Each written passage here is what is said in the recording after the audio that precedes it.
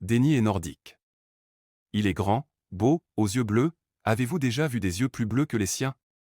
De l'extérieur, on pourrait penser que tout lui sourit. Il a une situation financière confortable, un travail qui le passionne et des centaines d'amis sur les réseaux sociaux. Mais derrière cette apparence idyllique, Déni cache une blessure insoupçonnée. Un lourd secret qu'il s'efforce de dissimuler à tout prix. Car, selon les enseignements stoïciens, il existe des choses que l'on ne devrait pas révéler, des aspects de notre vie privée qui devraient rester enfouis au plus profond de nous-mêmes. Dans cette vidéo, nous allons explorer ces principes stoïciens et comprendre pourquoi ces secrets sont si importants pour notre épanouissement personnel. Rejoignez-nous dans cette quête de sagesse et de maîtrise de soi, en découvrant les 5 choses que nous ne devrions jamais révéler, selon les préceptes stoïciens. 1. Nos projets futurs. Les stoïciens recommandent de garder nos projets futurs pour nous-mêmes. Ils affirment que parler de nos ambitions et de nos projets peut apporter des énergies négatives ou des obstacles inattendus. Il est dit dans Enchiridion d'Épictète, l'un des philosophes stoïciens les plus connus, ne parle pas de ce que tu veux faire, mais fais-le. Cette affirmation met en avant le fait que révéler nos projets peut susciter des jalousies ou des critiques non constructives, et peut éventuellement compromettre la réussite de ces projets. Les stoïciens croient que garder nos plans futurs pour nous-mêmes permettrait d'éviter les influences externes négatives. De plus, ils estiment que la véritable grandeur réside dans l'action et non dans les paroles. Par conséquent, ils encouragent les individus à agir et à réaliser leurs projets, plutôt que de les exposer verbalement. L'idée de garder ces projets futurs secrets est liée à la notion de maîtrise de soi. Les stoïciens pensent que le véritable contrôle de soi implique la retenue et la prudence dans la communication. En gardant nos aspirations et nos projets pour nous-mêmes, nous pouvons nous protéger des jugements extérieurs et des influences négatives. De plus, cela nous incite à être plus authentiques dans nos actions et à agir conformément à nos convictions, plutôt que de chercher la validation ou l'approbation des autres. Garder nos projets futurs secrets est une pratique qui favorise la maîtrise de soi, protège nos ambitions des influences négatives, et favorise la réalisation authentique de nos objectifs. Cela encourage également une attitude plus humble et pragmatique vis-à-vis de nos projets, en mettant l'accent sur l'action plutôt que sur les paroles.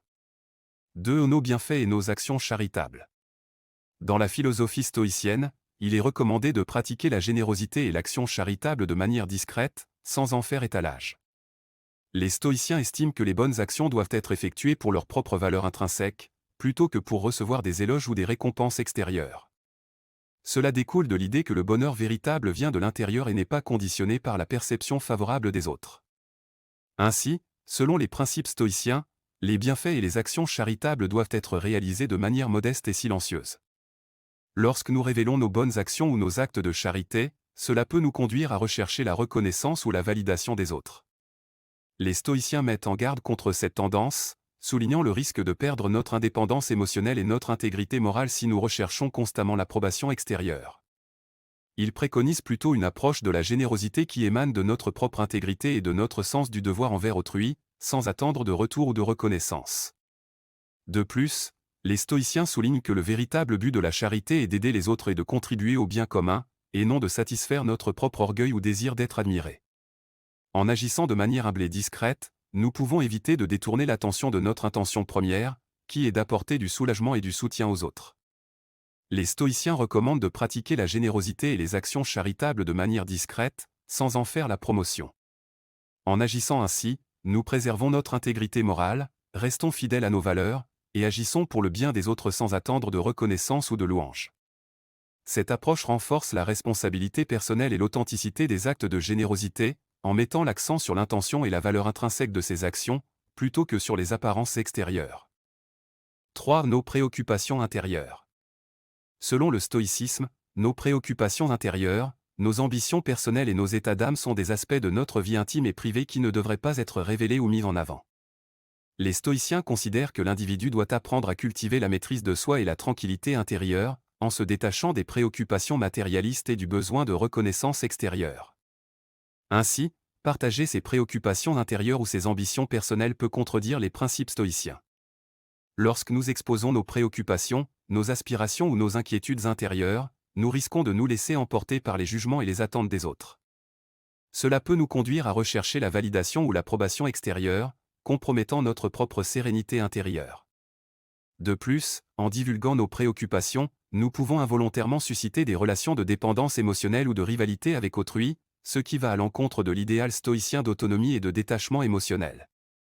Les stoïciens encouragent plutôt une approche centrée sur la maîtrise de soi, la sobriété émotionnelle et la recherche du bonheur intérieur. Ils préconisent une attitude de retenue et d'intériorité, afin de développer une force intérieure et une stabilité émotionnelle qui ne dépendent pas des circonstances extérieures. En cultivant une vie intérieure riche et équilibrée, les stoïciens cherchent à se libérer des désirs égoïstes et des aspirations narcissiques qui pourraient nuire à leur épanouissement personnel. Ainsi, selon le stoïcisme, nos préoccupations intérieures doivent rester des sujets de réflexion et de travail personnel, plutôt que d'être exposées ou partagées de manière indiscriminée. En agissant ainsi, nous préservons notre intégrité émotionnelle et notre sagesse intérieure, tout en favorisant notre développement spirituel et notre harmonie avec le monde qui nous entoure. 4. Nos pratiques de méditation et de recueillement. Le stoïcisme considère que les pratiques de méditation et de recueillement sont des aspects de notre vie intime et personnelle qui ne devraient pas être révélés ou mis en avant.